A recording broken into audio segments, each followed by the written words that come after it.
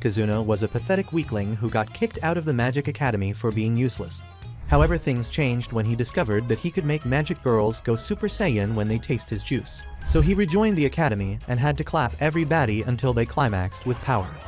When he arrived at the academy, his sister, Rieri, called and instructed him to get his scrawny behind to headquarters, as she needed him for his heart hybrid gear.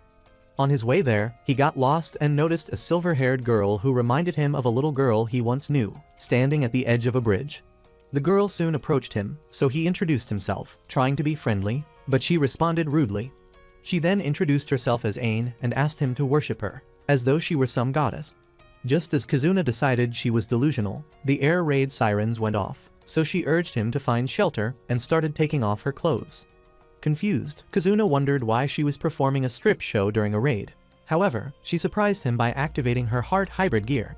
The next moment, a Magitech weapon appeared in the sky, prompting Ain to open an underground weapons storage unit and take out a large gun. Since she was a pro at handling big things, she opened fire on the rip-off Terminator before flying up to finish it. While she did that, the interception system around the academy activated in anticipation of a full-blown attack. Immediately, Kazuna rushed to meet Ain, who had landed somewhere in the woods, to congratulate her for destroying the Magitech. Ain brushed off his compliments, stating that it was an Amaterasu's mission to battle the Magitech, making him wonder what she was talking about. She then opened another weapons storage to retrieve another gun and told him to find cover. After she left to join the battle, he contemplated whether or not he should also join because he didn't want to keep being a Sakura like his mother had claimed he was. Just as he decided to activate his hybrid gear, a low-budget blue Beatly suddenly showed up and tried to isekai him. Fortunately, a girl named Heiru arrived at that moment and destroyed it before she began scolding for being outside during an attack. They were soon surrounded by more Magitechs, but a big meloned blonde named Eurystia showed up and wiped them out. After the girls left, Kazuna's attention shifted to Ain, who was fighting the enemy until she lost control of her suit and started falling. Seeing this, he sprang into action, activating his heart hybrid gear in time to save her mid-fall. Unfortunately, they crash-landed in the woods, and he noticed that Ain was pretty beat up and had passed out. As he tried shaking her awake, Rieri called and instructed him to cop a feel of her plots if he wanted to save her. Without stopping to think, Kazuna did as he was ordered, but an explosion occurred, distracting him momentarily until Rieri screamed at him to focus. A second explosion soon shook the place, forcing his head into the entrance of Ain's Chamber of Secrets. When he came back up for air, Rieri instructed him to squeeze Ain's melons like they were stress balls. As soon as he did this, Ain started making happy sounds and glowing even more. Rieri then explained that the true power of the heart hybrid gear was a fusion of heart and love. Still worried, Kazuna asked Ain if she was alright, and she answered by punching him into a nearby tree because she'd noticed her state of undress. Believing he'd tried to take advantage of her, Ain demanded answers but stopped when she realized she felt lighter, so she checked her hybrid count. While she wondered how it had gone up, Rieri called her, promising to explain things later, and ordered her to take down the Magitech. Shortly after Ain charged at them with full strength, Eurystia and Heiru arrived, but before they could go after the enemy's ship, they noticed it taking off. Heiru then said that they managed to destroy most of the Magitech, so it was fine if they couldn't take on the ship. Curious, Eurystia asked Ain where she'd gotten the energy to take on the enemy, so she looked in Kazuna's direction for answers. As she watched him wondering who he was, he tried to understand how he boosted her hybrid count. Later in the day, Rieri addressed the students and gave them a brief recap on how the Magitechs invaded Earth 15 years ago. According to the story, the world's military was incapable of fighting them when they invaded, and humanity would have been wiped out if the gates hadn't closed up 2 weeks later. However, they reopened 6 months ago, so the world's governments ordered an evacuation to oceanic megafloats to give what was left of humanity a chance of survival. During their time on the floats, they tapped into their inner Tony Stark and created the heart hybrid gear suits capable of fighting the Magitech weapons. She then introduced the Amaterasu, Ataraxia's ace team tasked with fighting the Magitech, which comprised Ain, Heiru, Eurystia, and a very confused Kazuna for some reason. After she praised them for their actions during the battle earlier, she announced they had found a way to make the gears stronger, surprising Ain. Shen then projected Kazuna's face on the screen before announcing that he was the way she was talking about. The next moment, the footage of him fine-tuning Ain's body was played for everyone to see, making him even more embarrassed. He tried to explain what he'd been doing, but an angry Heiru, who happened to be the councilwoman for the disciplinary committee, began berating him. Fortunately for him, Rieri cut her off mid-rant and explained that what he'd done had restored Ain's hybrid count. She then announced that going forward the members of the Amaterasu team were to restore their hybrid counts by developing plot with Kazuna, shocking the entire student body. The following day, Ain decided to get a jump start on their World's End harem project by ambushing Kazuna in his bed. However, she was a bit embarrassed by it. Kazuna tried to talk her out of going through with it, but was interrupted by Heiru knocking on the door. She wanted to apologize for tagging him a shameless farm tool, but when she came in and saw him with Ain, she flew into another fit of rage. As she began using every colorful word she had in her vocabulary to insult him, Ain defended him, saying she'd been the one to seek out his morning wood, but Heiru didn't believe her. This led to both girls activating their hybrid suits, and before Kazuna could stop them, they began fighting, blowing up his room in the process. Later that day, the incident became the talk of the school, as the students found it absurd that Kazuna was living in the female dorms. They couldn't see how a risless nobody like him was fit to clap the Amaterasu, but Eurystia told them that she didn't mind sampling his tool. Just then, the man of the hour walked in with his other women and Eurystia approached him to ask if what Rieri said about the heart hybrid was true. She told him she wanted to test it out herself, but plot blocker Heiru stepped in and asked her to stop letting her hormone monster control her actions. Ignoring the prudish girl, Eurystia told Kazuna they could meet up after school, which annoyed Heiru. Just as she was about to start complaining again, she was interrupted by a girl named Sylvia, who informed Kazuna that the commander wanted to speak with him. She then took him to the research lab where all the basic technology for the hybrid gears had been developed by Kazuna's mother, Dr. Nayuta. When they reached Rieri's office, she introduced Kazuna to Kei, the lab's director, and handed him a portable terminal, which contained personal information on all the Amaterasu members. She explained that once the hybrid count of each member goes below 5%, it gets hard for them to maintain their gear. Kazuna questioned if the hybrid counts could be replenished naturally, and she answered yes, but said it usually took time, which they didn't have. However, now that they were aware of the special function his gear had, they were going to milk it in him, to boost the girl's energies. When she informed him that he was to be the captain of the Amaterasu, Kazuna argued that he wasn't fit for the job. But she ignored him, switching the topic to the mission he and his team were supposed to embark on. Later, as the team flew to the designated island for their mission, Rieri warned Eurystia to be careful, as her hybrid count was at 20%, but Eurystia assured her that the island was safe. When they got to the island, Eurystia dragged Kazuna along with her, and as they walked on the beach, she asked questions about his gear spec and combat experience. Kazuna admitted he didn't know the specs of his gear and said that before the previous day. The only form of combat he'd been engaged in was one involving his joystick and right hand. They were still talking when a portal suddenly opened up and a Magitech came through it. Immediately, Eurystia activated her suit and attacked the machine, prompting Kazuna to call for backup, but he discovered that the signal had been cut off. Eurystia then explained that during an attack, only gear users could communicate with each other. However, when she tried contacting Ain and Heiru, she discovered that their signal had also been cut off. This was because Ain and Heiru were enclosed in a barrier which they tried and failed to break out of. Unaware of this, but worried for her friends, Eurystia instructed Kazuna to search for them, while she confronted the enemy. After Kazuna departed, Eurystia fired her beam at a Draggery Magitech that had emerged from the portal, but it had no effect since her energy was depleted. Weakened, she collapsed to the ground and her suit vanished, leaving her exposed to the enemy's attack. However, Kazuna returned just in time to save her. Eurystia asked Kazuna why he'd risked his life to save hers, and he answered that it was because his plot armor was thicker than a gym baddie. He then accidentally touched her melons, causing her to power up instantly, so she thanked him and went back to fight the Draggery. Unknown to her, an unknown gear user was watching her, and the person flew away angrily after witnessing the Draggery's destruction. At the same time, the barrier surrounding Ain and Heiru disappeared, so when Eurystia called them, it went through. The girls were relieved to hear from her, but became shocked when they saw her trying to suffocate Kazuna with her jugs. Eurystia then happily informed them that they had performed a heart hybrid, causing Heiru to complain while Ain looked kind of jealous. After they returned to the academy, Kazuna went to brief Rieri on what had happened, and after he left with Sylvia, Kei asked Rieri if she would tell Kazuna the truth, but she didn't respond. When Kazuna and Sylvia arrived at his room later, they found Ain in his bed, and as he was trying to get her to leave, Eurystia ran into the room and hugged him. Without shame, she asked him to perform a heart hybrid with her, causing the jealous Ain to start arguing with her over who deserved to use Kazuna's drill. Heiru soon walked in, and as usual, she misunderstood the situation, so she activated her suit, and another fight began while Sylvia watched.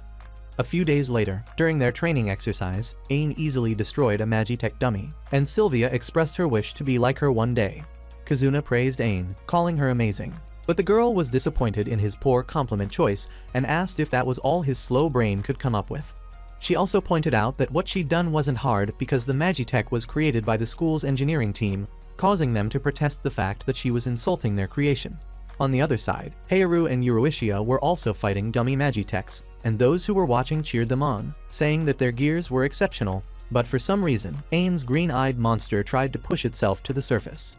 Meanwhile, Ryuri and Kei were reviewing the footage from the island attack, and Ryuri cryptically informed Kei that it was time to proceed as planned, stating that with great power came great responsibilities. Later, as Kazuna walked to class, an excited Euroishia latched onto his arm and asked what he thought about her performance during the training session. Kazuna answered that she'd been impressive, so suggestively, she demanded that he reward her. However, the reward she wanted turned out to be a date on the Kyoto float. As she looked around, she asked Kazuna if the temple was real, and he told her that it was only a replica because there wasn't enough time to gather all the cultural materials. Yuri expressed her wish to see the real one once they reclaimed Japan, and Kazuna said that they were fighting to regain control of their world, so Yuri smiled and dragged him across the entire float to enjoy the sights. In the evening, while they were in the Kyoto Tower replica, Kazuna mentioned that Euroishia had exhausted him, so she apologized for dragging him around like a rag doll.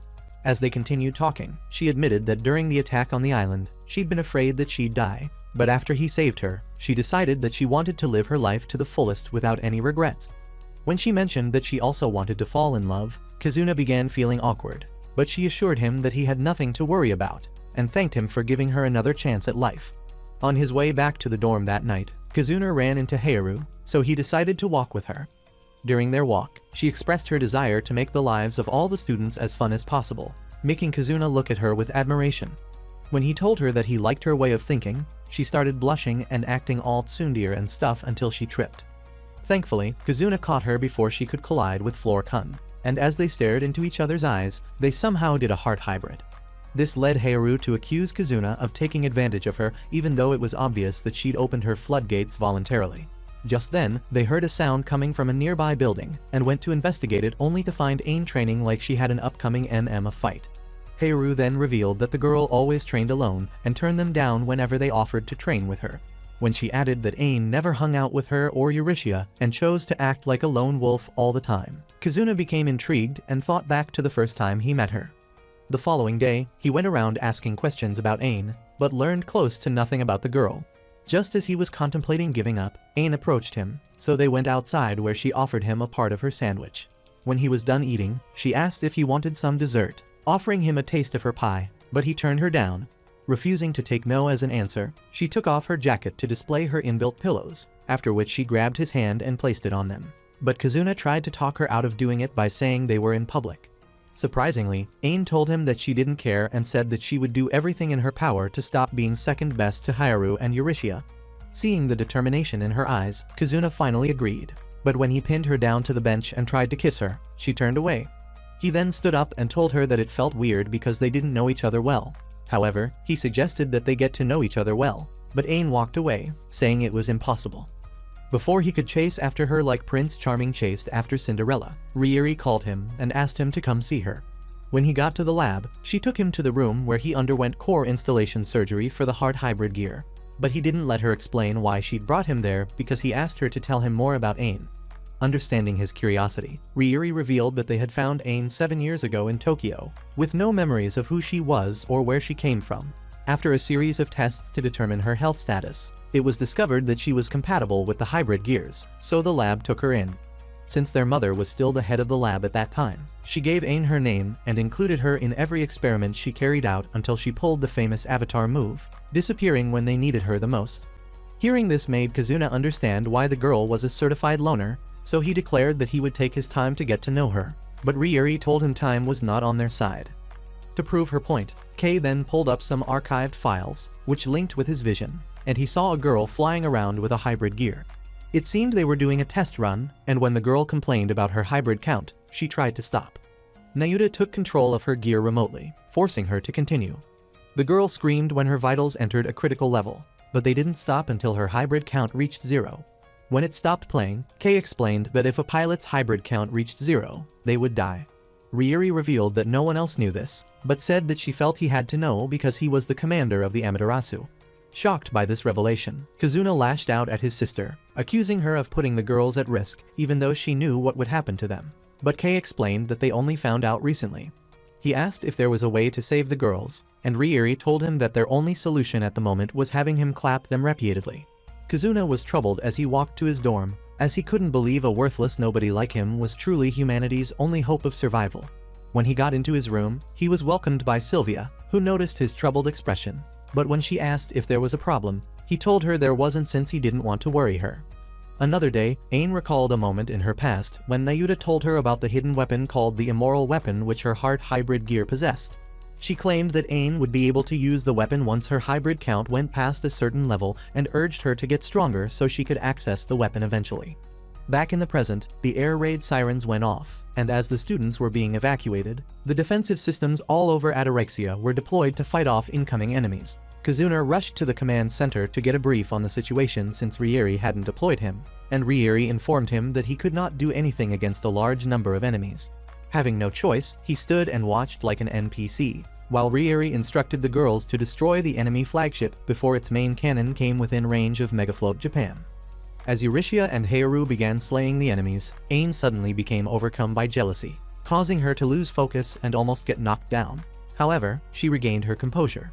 Inside the command center, Rieri noted that Ain's hybrid count was dropping drastically, causing Kazuna worry, so he advised her to take it easy. Ain ignored his advice and charged at the Draggery using her full strength. After she destroyed it, he begged her to retreat because her hybrid count had gone down to 8%. Determined to prove that she was just as skilled as her comrades, Ain ignored his words again and flew towards the enemy's fleet, so Kazuna ran out of the control room before his sister could stop him.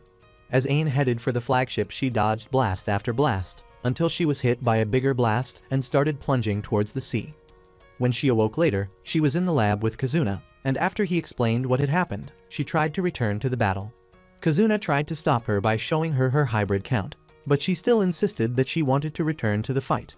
When Kazuna refused to let her leave, she became emotional and told him he was preventing her from doing the one thing she was useful for, which meant that she had no reason to live anymore. Additionally, she told him her backstory and said that whenever she tried to partake in normal human activities, she felt she was betraying her true purpose, being a fighting tool. Kazuna asked why she never tried to make friends with her teammates, and Ain revealed that it was because she was incapable of holding a conversation.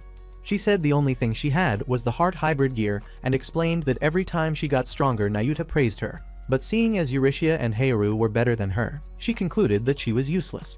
That was why she started working extra hard to unlock the hidden weapon Nayuta had told her about, but she'd been unable to. However, when he showed up, she realized that she could unlock the weapon with his help, which is why she tried to get him to fall for her by doing things she'd learned from her research, but it was pointless as she lacked Riz. Suddenly, the place shook, prompting her to tell Kazuna that if the school got destroyed, it would be because of her incompetence, which annoyed him. He told her to stop yapping and acting like she was the only one who had problems, but Ain argued that he wouldn't understand. Refusing to back down, Kazuna went into full motivational speaker mode, but Ain wasn't interested in listening to his meaningless TED talk, so she tried to shut him up by punching him. She stopped at the last second when she realized he wasn't trying to defend himself and checked his portal terminal to see that he was also low on energy.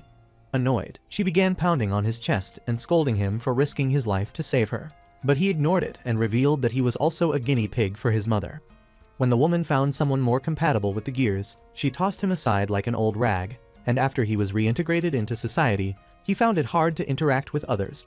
He remained that way until Rieri told him a person's worth wasn't measured by their abilities, but by how they chose to live, so he decided to do his best. He then gave Ain the same advice, but she told him she didn't know how to go about it, so he promised to help her figure it out. This made Ain blush, so she shyly asked if he would do a heart hybrid with her, and he agreed. Surprisingly, when they were done, Ain tried to go further with him, making him wonder if it was time to introduce her to Big Ben. However, Kei called and explained that it was a side effect of the heart hybrid. She said it increased their desires, and if he could make use of the effects properly, he could produce a higher hybrid count, which would allow her to obtain the immoral weapon. Hating the fact that Kazuna wasn't giving her any attention, Ain called him out for talking to another woman after taking away her ability to breathe properly. Kazuna apologized, but she asked him to prove his sincerity and started rubbing her body against his. Soon, the cultured idiot got excited, so he ravished her until she glowed brighter than before. Outside, Eurytia was about to get her butt kicked when Ain suddenly showed up after her piping session and saved her. After that, she looked around and noticed that they were getting beaten, so she summoned her immoral weapon, surprising the girls. Kazuna fought off the approaching Magitech to buy her some time to charge her weapon, and when it was finished, she released a huge blast that took out all the Magitech it came in contact with, including their ships. Afterwards, a party was thrown to celebrate their victory, and while everyone else was partying, Ain went to join Kazuna on the balcony. As they talked, she mentioned that, in addition to her immoral weapon, she had also regained fragments of her memory. She described seeing a beautiful lake surrounded by snow-covered mountains, as well as a city filled with tall buildings and a massive, intricate mechanical clock that spanned an entire wall. Just as she was about to suggest they perform the climax hybrid again, they were interrupted by the other girls. As usual, they began arguing, so Sylvia went to stand beside Kazuna and asked if they should stop them, but he told her to let them be. Meanwhile, in the lab, Kei and Rieri were reviewing the footage of the battle and noticed a human wearing a heart hybrid gear, causing them to wonder why a human would be working with alien Magitech weapons. The next day, Rieri gave Kazuna the night off, saying it was his reward for helping during the battle, so he chose to go to the bathhouse and enjoy a relaxing bath. However, when he got there, he found the place was already occupied by Heiru. When she saw him, she screamed like she'd seen a ghost and dropped further into the water to hide her goods. Poor Kazuna stood with only his towel hiding his family jewels, as he tried to explain that he hadn't known she was there. Heiru refused to listen and activated her suit, but froze when she realized that she was giving him a full view of her milk storage. Quickly, she covered them up and then proceeded to beat the living daylights out of him. The following day, the issue was reported to Rieri and she admitted that she'd set them up. It turned out that the chemistry between them was the same as the one between you and your crush non-existent. So she wanted to give them a little push. As chief of the morality police, Kazuna expressed his disappointment in Rieri and Heiru backed him up, saying she should worry about her own dry spell. Ignoring them, Rieri reminded Heiru that if she failed to perform a heart hybrid like Eurytia and Ain, her hybrid count would drop lower than Kazuna's balls. Heiru left Rieri's office in annoyance, as she couldn't bring herself to accept that Kazuna would be the one to set off her sprinklers. However, after she recalled what happened the night he saved her from falling, she became flustered. Later in class, she kept stealing glances at Kazuna, who noticed and swore to himself that he'd performed the heart hybrid with her. Just then, Rieri called him and asked him to meet her at a warehouse in the industrial area. When he arrived at the warehouse, Rieri showed him a simulator she'd been working on with Kei and explained that it was capable of recreating any situation. Her explanation was backed up by a demonstration, which Kei achieved by switching his clothes and changing the room setting. Additionally, Rieri told him that it could be used as a dating simulator, which would allow him to bring on the heat while he was with the girls. The simulator was also set to use Kazuna's desires to help increase the chances of a heart hybrid. So while he was talking to Rieri, her outfit changed to a Playboy bunny outfit. This made her ask if he was into role-playing, and when he tried to deny it, she told him ordered him to test run the simulator with one of the girls. Having no choice, he invited the Watermelon Queen and tried to find the perfect scenario to get her excited. Stopping in a kinky motel setting, Kazuna changed both he and Eurytia's outfits, and when she saw him like that, she went feral. She tossed him onto the bed and straddled him. However, when she tried to kiss him, he blindfolded her and cuffed her wrists, which made her excited, but she tried not to show it. Seeing her reaction fueled his cultured desires, so he confidently grabbed her peaches before taking off her top. He then began playing with her milkers and didn't stop until her body created another Niagara Falls, ultimately achieving a heart hybrid. That evening, Kazuna approached Heiru and trapped her between his body and a tree. He then asked if she would like to go on a date with him, as this felt easier than outright asking her to perform a heart hybrid. Flustered, Heiru struggled to form coherent sentences, but the moment was abruptly interrupted by Sylvia, who had come to show Kazuna her report card. While he praised her for her good grades, Heiru excused herself, claiming she had somewhere to be. Days later, Rieri summoned the members of Amaterasu and informed them about mysterious radio wave signals detected from an Oldus military base. Kei added that they were certain someone was on the base, prompting Kazuna to inquire whether it was a survivor.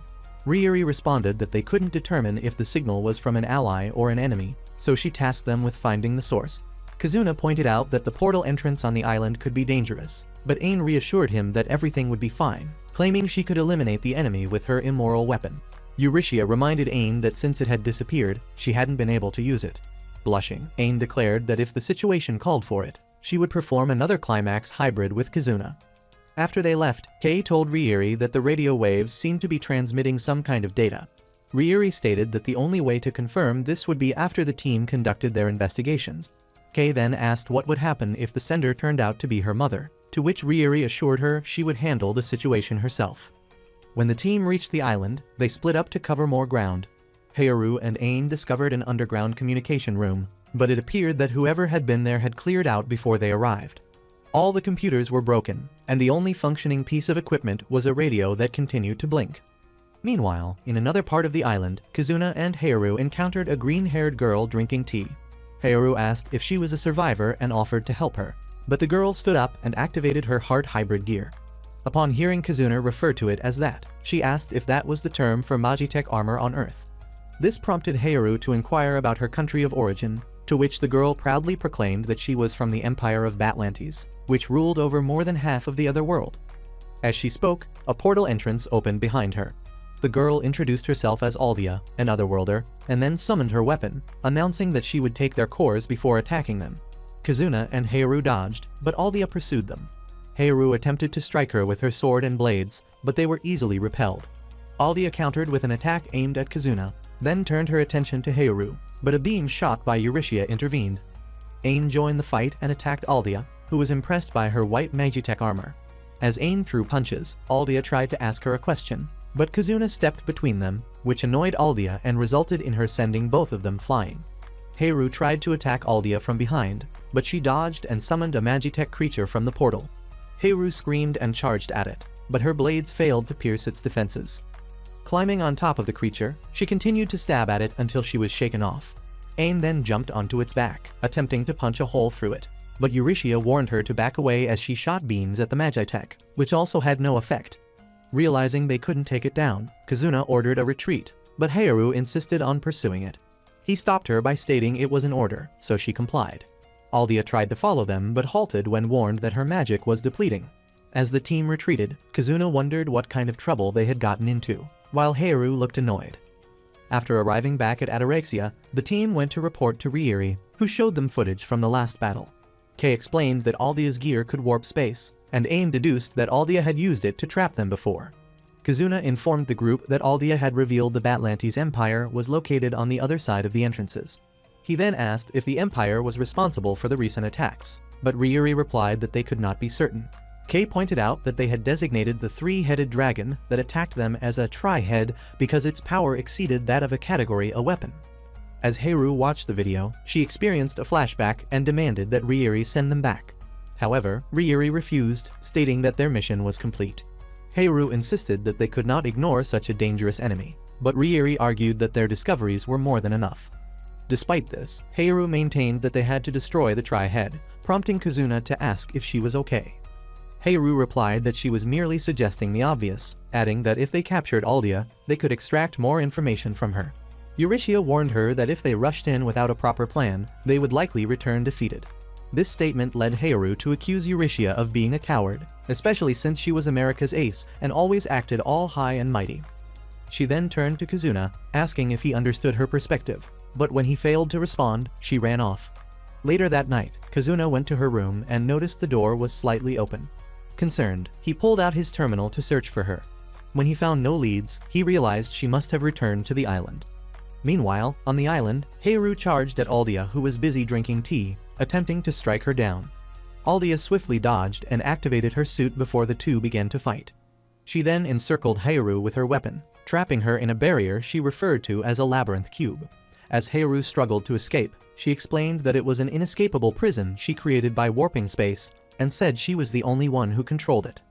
Aldia made twisting motions with her hands, causing Haoru to scream in pain as her body contorted in different directions. Aldia appeared to take pleasure in Haoru's suffering until Eurytia intervened, shooting at her and demanding that she release her friend. After a second shot rang out, Aldia removed the cube surrounding Haoru to protect herself. Kazuna rushed to Haoru's side as she collapsed and scolded her for being reckless. She asked why they had come, to which he replied that he couldn't abandon one of his friends. Aldia and Eurytia continued their fight until Aldia got distracted by Kazuna helping Haoru, which allowed Ain to land a hit on her. Impressed by Ain's skill, Aldia asked for her name, and Ain provided it. When Aldia inquired about the name of her Magitech armor, Ain jokingly asked if Aldia was tripping, explaining that what she wore was a heart hybrid gear. Aldia then rambled nonsensically, prompting Ain to ask if those were her last words before charging at her again. Fed up with getting beaten, Aldia summoned the Tri-Head to fight the girls instead. Heiru attempted to assist them, but her gear vanished, and Kazuna noticed that her hybrid count had dropped low. Just then, Rieri arrived in a helicopter and dropped off the simulator, instructing Kazuna that he needed to perform a climax hybrid. Kazuna took Heiru into the simulator, but she began crying, blaming herself for everything. Kazuna asked if she'd encountered the Tri-Head before, and she revealed that she had indeed fought it previously. During the Second World Collision, while she helped evacuate people to the Megafloat, the Tri-Head appeared and destroyed everything. She confessed that she hadn't been able to do anything or save anyone, stating that if she had been stronger, things might have turned out differently.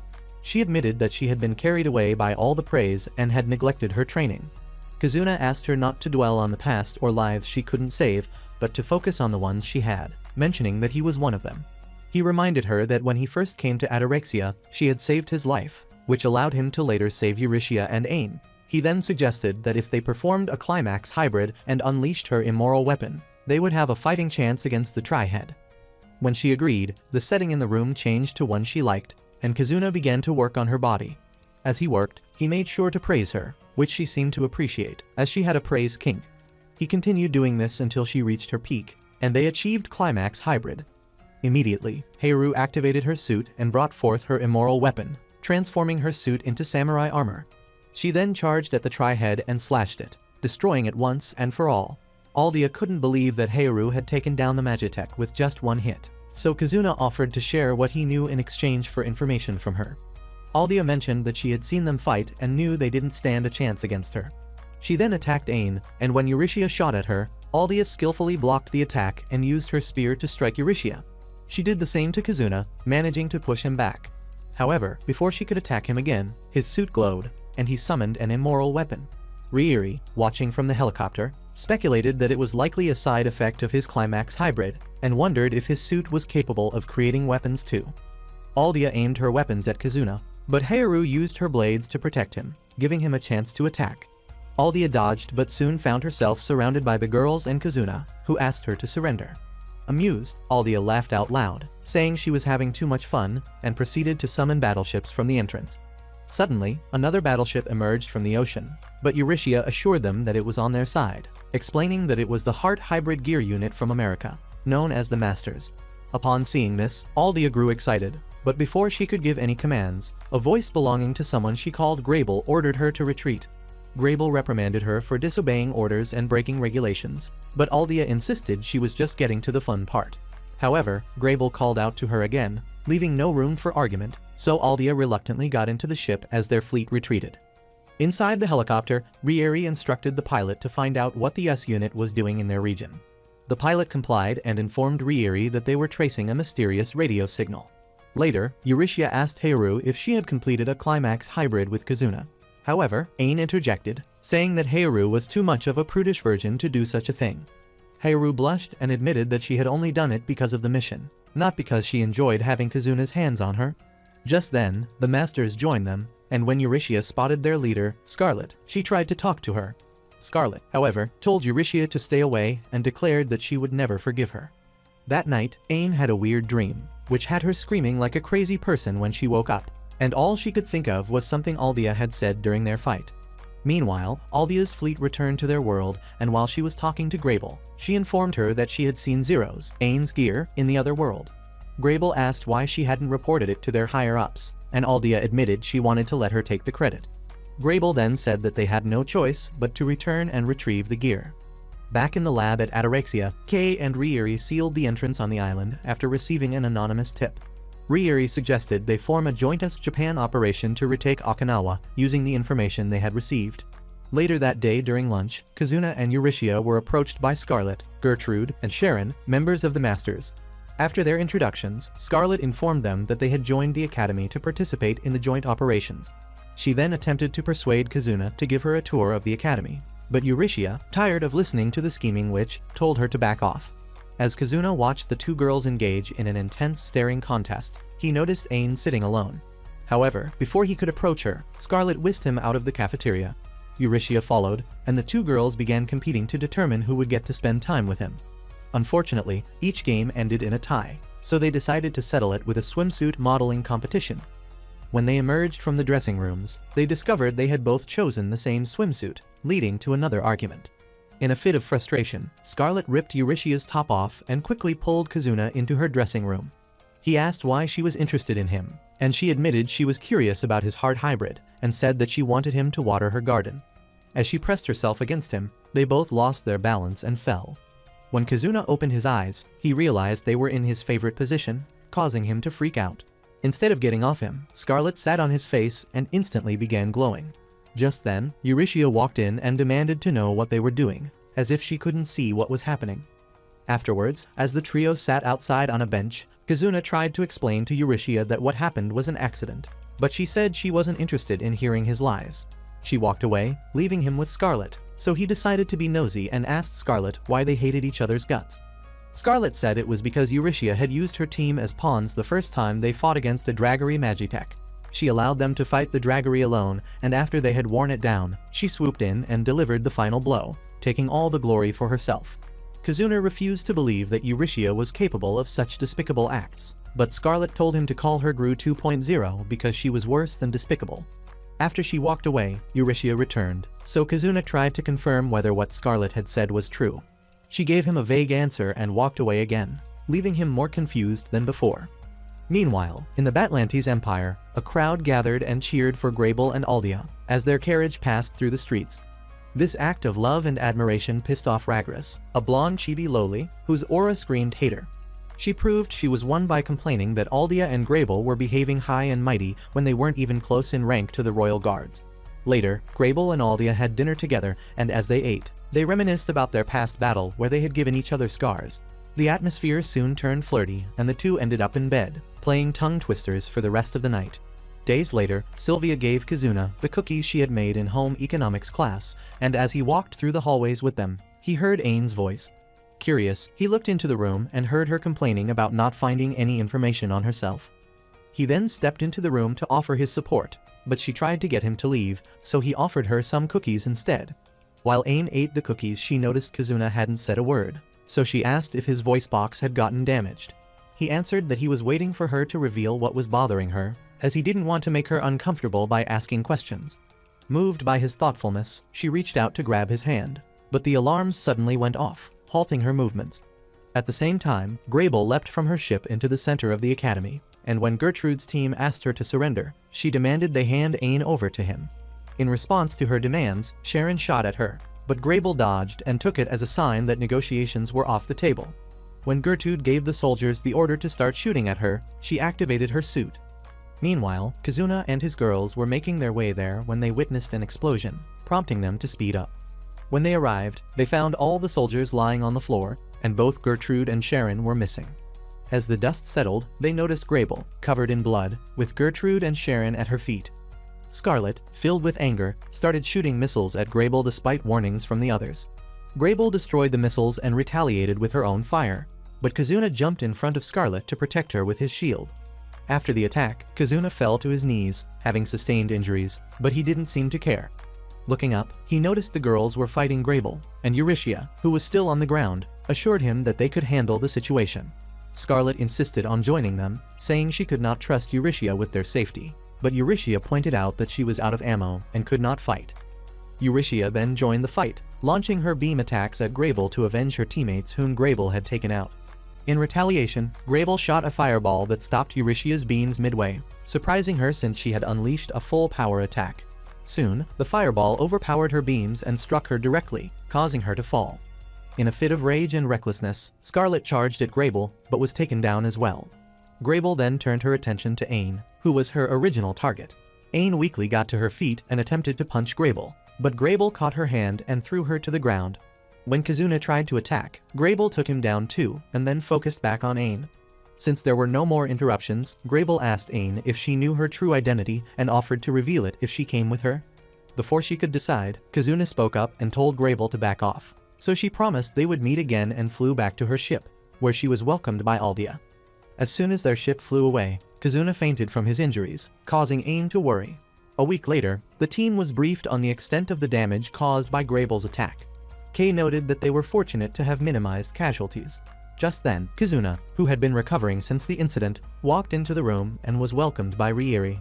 After confirming that he had fully recovered, she continued the meeting by briefing them on everything they knew about Grayble. Riiri revealed that Grayble's mission was to take Ain and her gear back to Batlantes, prompting Kizuna to ask Ain if she knew the reason for this, to which she responded that she didn't. Moving on, Riiri announced that they were moving forward with the plan to reclaim Japan. However, to achieve this, they needed to close the entrances in Tokyo and Okinawa. She stated that they would start with Okinawa, but the challenge was that Grayble was there, and unless they defeated her, their plans would fail. Riiri acknowledged that with Grayble's beastly strength, it would be nearly impossible for them to win, which is why they needed an additional boost. This boost was a new type of hybrid gear called the Connective Hybrid. Kizuna asked for details, and Kei explained that it involved him engaging in plot-making activities with two girls at once. Additionally, Riiri explained that the overwhelming energy would allow for a more powerful offensive charge than a normal heart hybrid, leading to the creation of a more powerful immoral weapon. Upon hearing this, Saint Heiru rebuked them, stating she wouldn't participate in such a scandalous exercise. Trying to make her understand, Riiri further explained that unlike heart hybrids and climax hybrids, the connective hybrid required Kizuna's love and the friendship between the two girls to function. After considering this, Kizuna suggested that Scarlet and Eurytia be the first ones to attempt the connective hybrid with him. Scarlet was watching over Gertrude with Sharon when Kizuna called her to the training facility. To her surprise, the training facility turned out to be a mobile hybrid special bath, which left Scarlet feeling displeased about being there with them. Noticing Scarlet's discomfort, Eurytia playfully nudged Kizuna and urged Scarlet to stop acting modestly. This made Scarlet jealous, and in her attempt to separate them, she accidentally fell onto Kizuna's chest. Eurytia then joined them, effectively sandwiching Scarlet between her ample chest and Kizuna's firm body. Shortly after, they began the heart hybrid exercise, and once they succeeded, Kizuna got out of the bath and asked the girls to follow him for the next phase. In a bid to spice things up, Eurytia took off her top, revealing her melons, and asked Scarlet to do the same. However, the shocked girl slipped and fell right into Eurytia's lap. Eurytia playfully suggested that Scarlet was looking for an excuse to play with her, recalling the days when Scarlet used to follow her everywhere and address her as senpai. At that moment, the simulation chamber displayed images of their past close friendship, and Kizuna revealed he had asked Kei to install this footage to rekindle their lost connection. Seeing this emotional scene caused Scarlet to embrace Eurytia, questioning why she had used them as pawns. Eurytia explained that she had no idea the Draggery Magitech would appear at the location she had sent them to. She intended to keep them safe, but she admitted to taking all the glory for herself to become a super ace.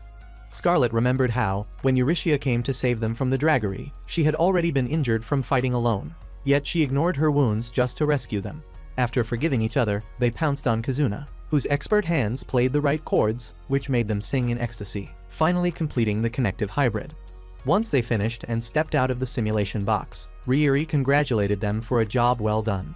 She then informed them that she was splitting them into two groups, one to confront Grayble and the other to seal the entrance. Meanwhile, just as Grayble was telling Aldia that they didn't need to lift a finger because the Amaterasu would come to them, they suddenly heard an explosion. The cause was Ain, who had arrived to confront Grayble about why she was so determined to take her along. Before she could get an answer, Eurytia shot at Grayble and asked Ain if she was okay, just as Scarlet joined them. Eurytia urged Ain to go help Kizuna and the others. However, as she left, Aldia tried to stop her.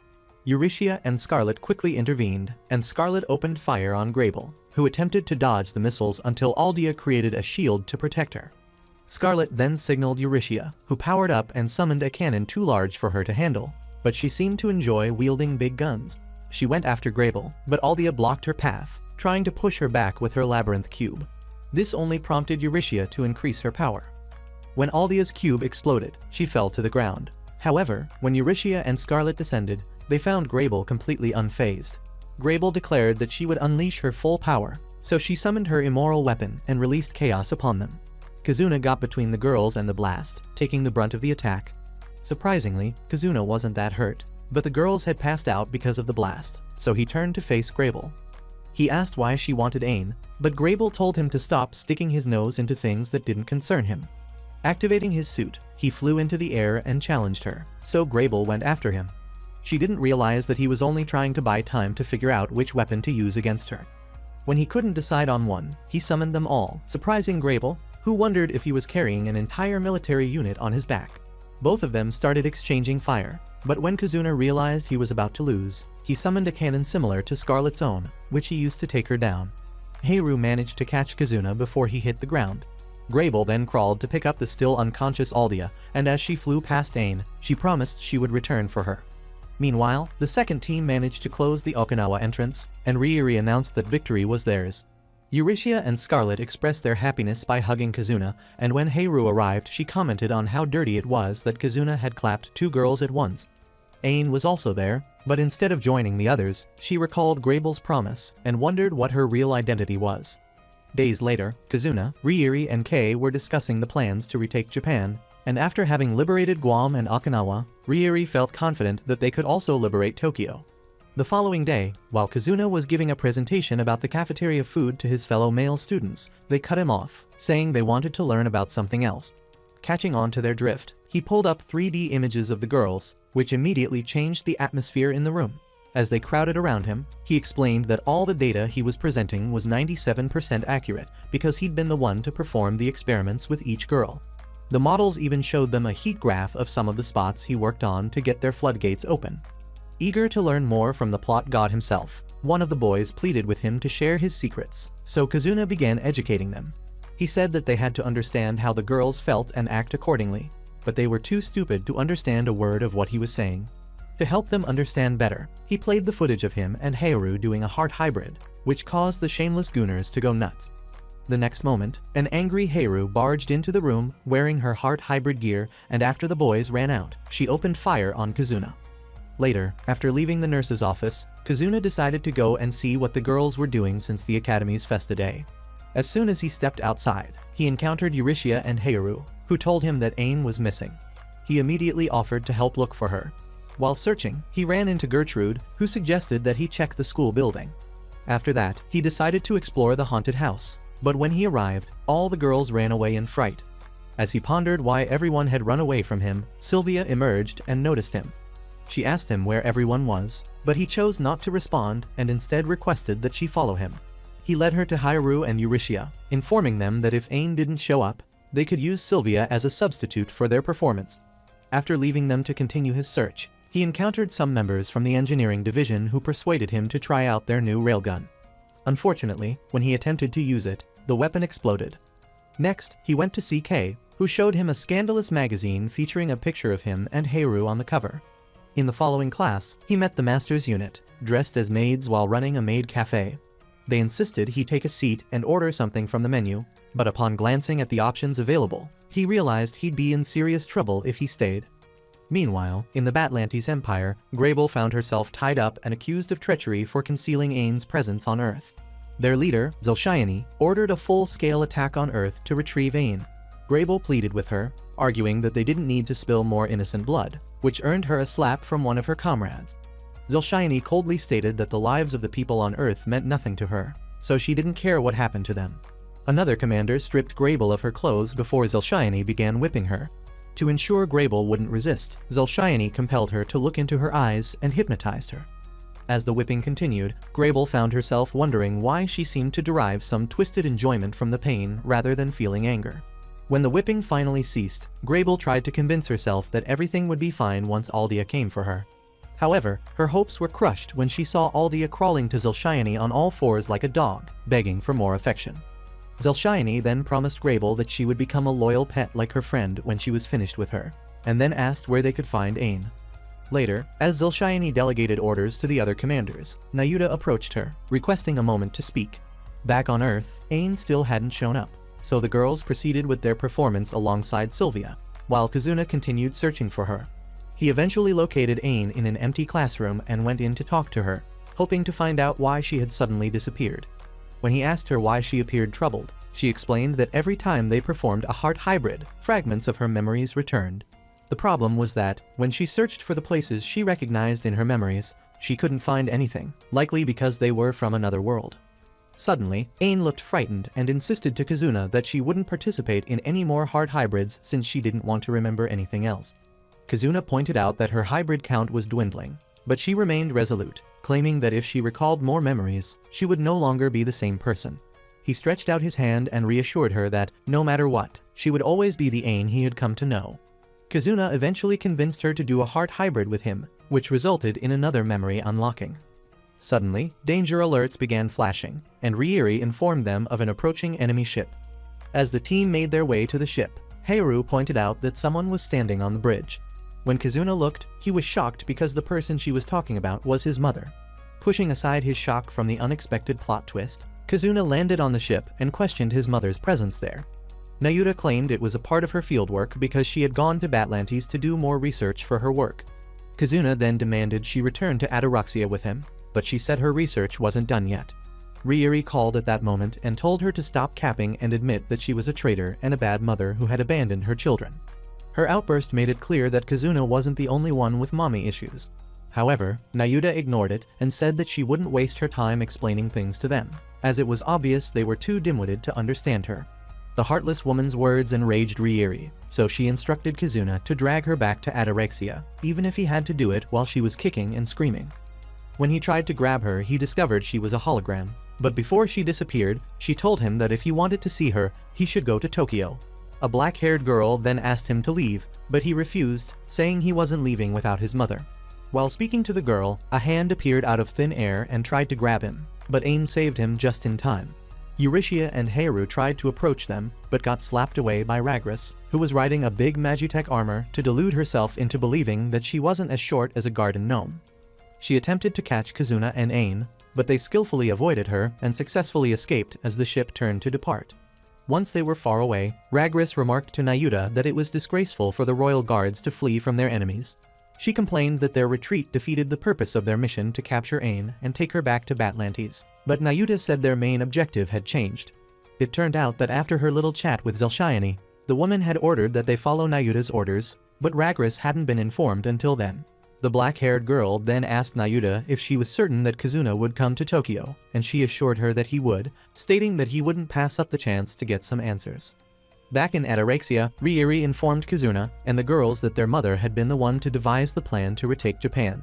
Kei explained that the data containing information on how to increase hybrid counts and seal entrances had been sent by an anonymous source, which could only be Nayuta. When Kazuna asked if they would still proceed as planned, Riiri confirmed that they would, even though she suspected their mother was planning something. Kazuna then tried to speak with Ain after noticing she looked worried, but she walked out of the room. When he attempted to follow her, Riiri stopped him, saying she had something to discuss with him. Later, in her office, Riiri told Kazuna that he needed to select a new Amaterasu member because they required talented individuals to assist in taking back Tokyo. Kazuna pointed out that to do that, they would need to install a core in the person, just like his mother had done with him. Riiri acknowledged that doing so would make her a heartless monster like their mother, but she felt she had no choice if they wanted to win the war. She then handed Kazuna a list of candidates to choose from to start the process. That evening, Kazuna met up with Sylvia and expressed his desire for her to become a heart hybrid gear pilot. Sylvia was thrilled at the prospect of becoming an Amaterasu, but Kazuna urged her not to make any hasty decisions, as she might regret it. Sylvia misinterpreted his words as a sign that she wasn't good enough and began to cry before running off. Kazuna managed to catch up with her and explained that he didn't want her or any of the other girls to die fighting. Sylvia revealed that her dream was to become an Amaterasu so she could find her missing parents, but now she only wanted to fight for him. He then took her to the lab and installed the core before leaving her to sleep. The next morning, the engineering division delivered anti-Magitech rifles and railguns to the Masters team, and Scarlet was confident that they could take back Tokyo with them. At the same time, Kazuna found Ain at the edge of the bridge where they first met. She told him to get lost because his presence was giving her a stomach ache, but he insisted that they needed to perform a heart hybrid. Ain claimed she was perfectly fine and asked if he was too stupid to understand what she was saying. When he tried to speak, she cut him off, saying she didn't need help from the Eros Demon Lord, and added that crying in his arms over a weird dream was the biggest mistake of her life. Kazuna tried to speak again, but she assured him that she was fine and said she was looking forward to their mission before walking away. Meanwhile, Eurytia found Heiru in one of the classrooms and asked if she was worried about going to Tokyo. Heiru admitted that she had been initially scared of going back there because of her past, but since she met Kazuna, she'd had a change of heart. Eurytia agreed that Kazuna had a way of influencing people in a good way, as he helped her to realize it was okay to rely on others. Hayaru then said that having Kazuna in their lives allowed them to experience something new, making Eurysthea wonder if Ain had also experienced something new. Later, Kazuna visited the surgery room where his core was installed and had a flashback of when he found a young Ain crying. He had asked why she was sad, and Ain told him she could not remember anything from her past, so he promised to help her remember. In the present, he told himself that no matter how stubborn and strong-willed she was still just a girl who sometimes needed a shoulder to cry on. The following day, Ataraxia was attacked by Magitech weapons with the codename Vikings. Scarlet instructed Kazuna and the girls to head to Tokyo while she and her team dealt with the Vikings. As they made their way, they encountered a group of Magitech weapons, prompting Kazuna to tell the girls to split up and regroup later. He pressed on toward Tokyo, but before he could reach the land, a Magitech weapon emerged from the water and attacked him. He managed to dodge the attack, but upon entering Tokyo's airspace, he discovered it was swarming with various Magitech units. Deciding that flying low was the best course of action, he searched for a suitable landing spot. When he came across an old train tunnel, he entered and set up a terminal, allowing Ryiri and her team to confirm the coordinates of that entrance. She then ordered the masters to head there and close the entrance. Meanwhile, as Kazuna flew out of the tunnel, he found himself in a peaceful Tokyo, which surprised him. The people were going about their daily lives without any issues and were even celebrating Christmas. As Kazuna wondered if he'd stepped into an alternate universe, his mother called his attention from the top of a building. He then demanded to know what was happening because Tokyo was supposed to be destroyed. His mother clapped her hands together, calming everyone around them, and explained that what he had just witnessed was an illusion created by magic. She went on to tell him that the part of the city they were in was enveloped by a magical field, which made the people perceive an illusion of better days. This allowed her to harvest their life energy and convert it into magical energy that was sent to Batlantes. She said the magic field would soon spread to the whole of Japan and the entire world. Kazuna was so pissed that he told her that she was a heartless being who only saw people as test subjects and had no regard for human lives. He declared that he would drag her back to Ataraxia and ensure she revealed how to safely remove the heart hybrid cores. Nayuta responded that there was no way to extract the cores, explaining that they were unique items, even in the other world. She revealed that she had created a system allowing a normal human to utilize their life energy as a substitute for magical energy. Kazuna couldn't believe what she was telling him and argued that everyone would die because of the core. The heartless woman coldly stated that everyone was destined to die. Enraged, Kazuna charged at her, but the black-haired girl intervened, slapping him into a wall. Before he could retaliate, Ragras arrived, declaring that she would be the one to fight him. Kazuna noticed the people around them moving like mindless zombies and realized that fighting there would be dangerous. He then took to the skies in search of a better battleground. Ragras pursued him, armed with some Magitech weapons, and attacked. Fortunately, he was saved just in time by the girls who arrived to help him. The Master's unit also arrived at the entrance location and was preparing to seal it when they received a call about incoming Magitech weapons. Meanwhile, in the area where Kazuna and the girls were fighting Ragras, she had taken out both Hayaru and Eurysthea, leaving Ain as the last woman standing. Although Ain had the upper hand initially, the tide turned when she attempted to kick Ragras because Ragras used the force of her kick to propel her away. Thankfully, Kazuna was there to catch her, and as he held her, Ragras declared that she would be taking Ain with her and attempted to finish off Kazuna. Suddenly, Ragras was struck by a blast from an incoming hybrid gear, which eliminated all the Magitechs surrounding her. The gear then stopped next to Kazuna and Ain, opening to reveal Sylvia, who instructed Kazuna to get Ain to safety while she engaged Ragras in battle. Kazuna complied, warning Sylvia to retreat if things escalated. An enraged Ragras approached Sylvia, insisting there was no way she would lose to a rugrat. In response, Sylvia declared that she would not permit her to harm her friends and vowed to take her down. Ragras charged at her, prompting Sylvia to fire in self-defense. However, Ragras was able to push Sylvia back with his punches. Surprisingly, Sylvia countered Ragras's blows, which only fueled his anger. She then declared that she would take everyone down with her, and activated Inferno, launching her heart hybrid into the air like a missile. This created a massive explosion that devastated everything in its range. Even though she was inside her protective shield, Sylvia could still feel the blast's effects. Kazuna called to say he was on his way, but she told him to stay where he was and mentioned that she would summon her immoral weapon to counter the explosion. She flew toward the fireball and summoned her immoral weapon, Titania, which took the form of a large fairy. The fairy created a black hole that absorbed the energy from the blast until it vanished, leaving only clear skies. Nayuta watched in admiration as Sylvia demonstrated her incredible ability. standing alongside the black-haired girl who cradled the unconscious Ragras in her arms.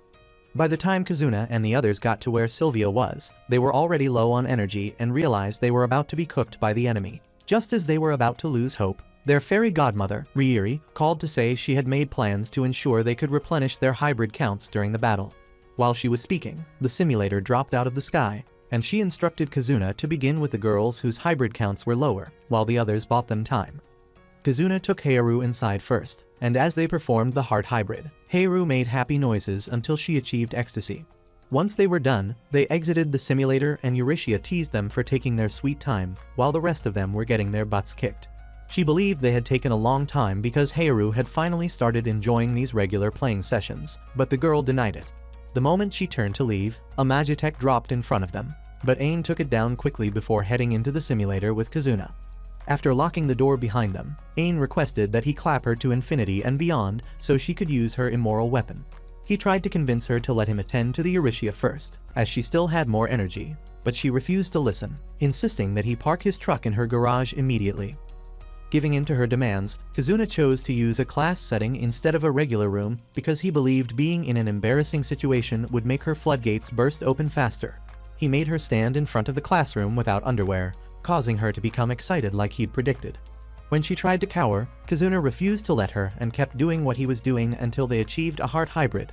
Since they were aiming to bring forth her immoral weapon, Kazuna moved to a more humiliating scenario. While this was happening, Ain got lost in her mind, floating through space until she saw a bright light she assumed was her immoral weapon and reached for it. However, instead of her weapon, she found herself in Batlantes, looking at a younger version of herself. Afraid, she screamed and was transported back to the simulator where Kazuna was trying to wake her up by shaking her. When she opened her eyes, she asked if the Climax hybrid had failed because her hair was still the same silver color it always was. Kazuna apologized for failing her, but she responded that it was her fault for being too scared to pursue what she wanted.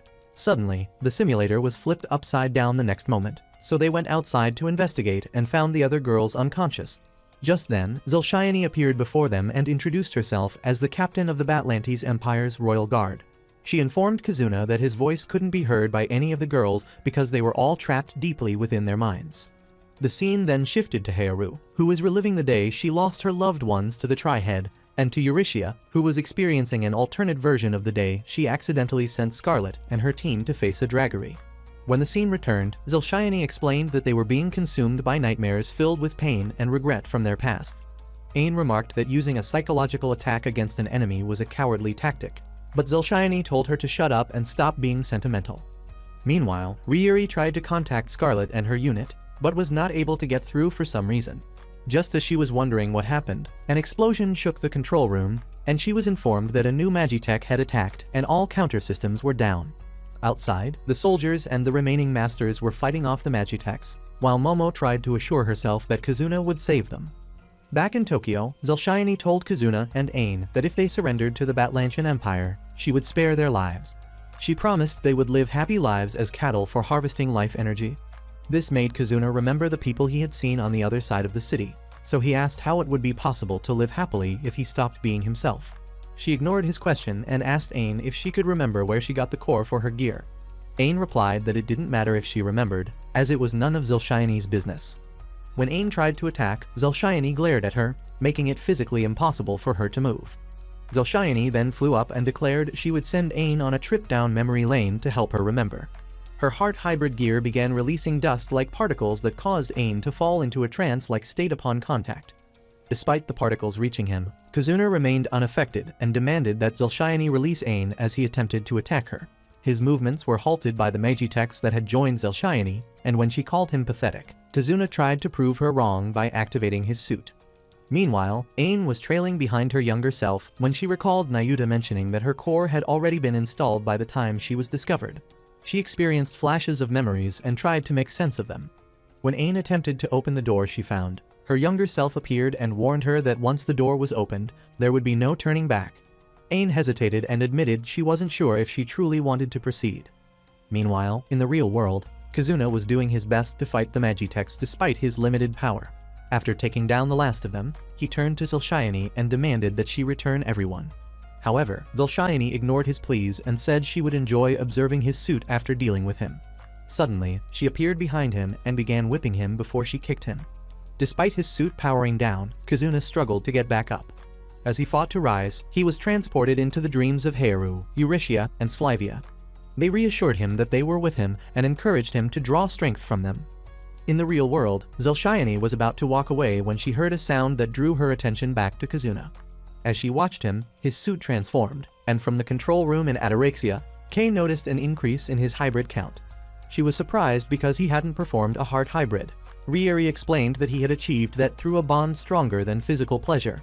She referred to it as the ultimate form of love and claimed that what had happened to Kazuna was a miracle.